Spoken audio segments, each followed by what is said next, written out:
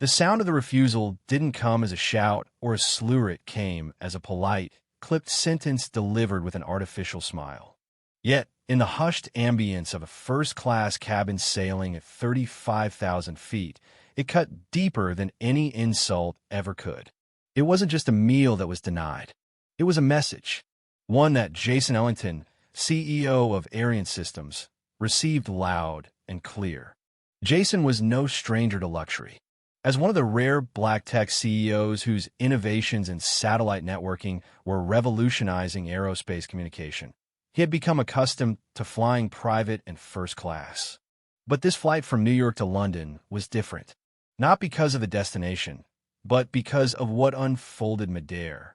British Regal Flight 411 was the flagship route, boasting Michelin-star cuisine, lie-flat seats, and an in-cabin wine list curated by sommeliers. Jason had boarded early, greeted with courtesy and a flute of champagne. His seat, 1A, offered an unobstructed view of both the skies and the subtle social choreography playing out across the aisle. As a familiar hush fell over the cabin after takeoff, Jason reclined with his iPad, reviewing pitch decks and system specs for the critical meeting ahead with Meridian Capital. Arian was on the brink of finalizing a contract with British Regal to overhaul their in-flight connectivity deal worth nearly $500 million. The irony didn't escape Jason. He was flying on the very airline courting his technology. The first indication of trouble came with the meal service. Jason politely ordered the lobster thermidor. The flight attendant, a sharply dressed man named Marcus, gave a tight smile. "I'm sorry, sir. We've run out of lobster for this flight." Jason raised an eyebrow. "Already? We just reached cruising altitude. I believe it was reserved for a passenger with dietary needs." Jason nodded slowly. "Understood. Then I'll take the seared lamb. I'll check on that." Minutes passed. When the food arrived, it wasn't lamb. It wasn't even from the first-class menu.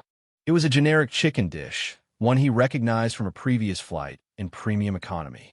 He pressed the call button. A different flight attendant appeared. Natalie. Young, clearly nervous. "MS. Harding, our service manager, asked me to let you know there were issues with catering. This is the only remaining entree." Jason looked across the cabin. A man in 2B was slicing into the lamb he had requested. Another woman across the aisle was enjoying the lobster. Jason said nothing. He accepted the plate with a tight smile and a quiet, growing fire inside. It wasn't the food. It never was. It was the principle. In a cabin where every seat was accounted for, there was no reason on it that his selections were the ones unavailable. No explanation held up. Not in first class. When Jason asked to speak to the service manager, she arrived briskly, offering practiced apologies. Her name badge read Claire Harding. "We understand your concerns, Mr. Ellington. It was never our intention to cause offense." He studied her. Her tone was polished, her expression neutral. She looked past him more than at him. "No offense caused," Jason said calmly. "Just a lack of consideration." The rest of the flight passed in a fog of quiet seething. Jason tried to focus on his presentation, on the immense deal that awaited him. But he couldn't shake the sense of being diminished, dismissed not just by individuals, but by a culture that saw black success as a fluke rather than a fact. Upon landing, Jason disembarked without further words. The crew offered their usual farewells. Claire even smiled as she said, "Safe travels, sir." He gave no reply. As he stepped into the London morning light, his phone buzzed. It was a message from Arian's board. British Regal wanted to finalize the deal today.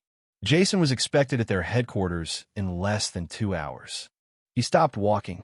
The same airline whose cabin crew had humiliated him was now preparing to sign a multi-million-dollar deal with him. The irony hung in the air like jet fuel. He made a decision. Instead of going directly to the boardroom, he called Helen Langford, an executive VP at British Regal whom he had worked with for months. "I'd like to speak with you before the meeting," Jason said. "Of course. Come to my office," Helen replied, sensing the tension in his voice. When Jason arrived at the corporate campus near Heathrow, Helen greeted him warmly, but with concern. "What's wrong?" she asked. Jason sat down and told her everything. The denied meal, the inconsistent service, the microaggressions cloaked in professionalism. Her expression shifted from confusion to outrage. "Jason, I had no idea. This is unacceptable," she said. "Not just because you're our partner. Because it's wrong." "I agree," Jason replied. "Which is why I need to know what kind of company am I partnering with. One that hides behind PR or one that takes real accountability?" Helen didn't hesitate. "Give me an hour."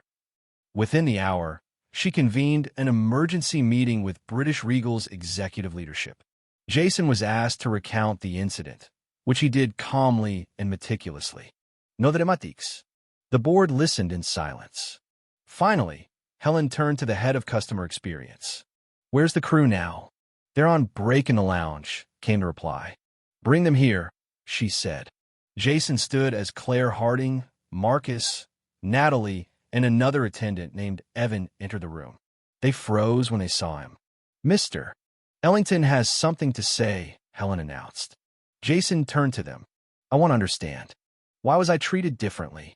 Why was I the only one denied meal options that were available to others? Was it a mistake or a message?" Claire opened her mouth, but Marcus spoke first. "We were told to prioritize certain frequent flyers if anything was short." "Who told you that?" "The purser," Claire replied, voice cracking. "We didn't know who you were." "That's the point," Jason said. "You assumed I wasn't someone worth serving properly. And then you lied." The room went still. Helen stepped in. "Mr. Ellington, British Regal apologizes. The crew will be terminated immediately." Jason looked at the woman who'd overseen his mistreatment, at the others who'd stood by. He knew he had the power to end their careers with one word. And for a moment, he wanted to, but something in him paused. Later, after the deal was finalized and he was back in his hotel room, Jason watched the media swirl. Word of the incident leaked. Some applauded his stance. Others accused him of overreacting. Headlines screamed, "CEO fires crew over lobster," and "Tech billionaire cancels careers over meal dispute." The backlash grew. Online commentators called him heartless. The flight attendants gave tearful interviews. Claire said she was a year from retirement. Marcus claimed he was following orders. Jason felt none of it was entirely untrue. He reached out to a longtime mentor, Reverend Dana Wells, a civil rights leader he'd respected since college. "I did what I thought was right," Jason said. "But now I'm wondering if I just became what I hate." Dana nodded. "Accountabilité matters, son. But so does grace. What should I do?" "You already made your point. Now show them the path forward." Jason took her words to heart. At a press conference days later, Jason stood at a podium flanked by Arian's logo. The room fell silent. "I experienced discrimination," he said, "and I responded with swift accountability. But in the days since, I've realized something important.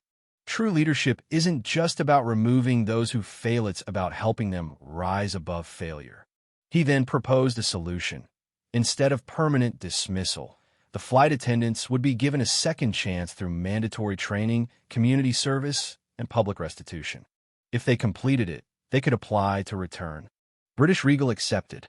Over the next months, Claire, Marcus, Natalie, and Evan entered the program.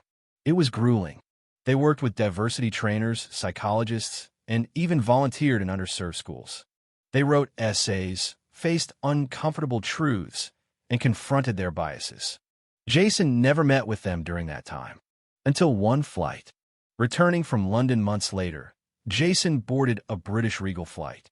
As he settled into 1A, a young attendant approached. "Welcome aboard, Mr. Ellington," he said nervously. It was Evan. Jason gave him a steady look. Evan added, "I just wanted to say thank you for not ending my career. I've learned more in 6 months than in the last 6 years." Jason nodded. "I'm glad to hear that. Everyone deserves a chance to do better." The champagne tasted better this time. Years passed. Arian's systems soared. British Regal became known not just for its tech, but for its renewed commitment to equity and training. The story of that flight off, the refusal, the confrontation, and the redemption became a case study in business schools and leadership seminars.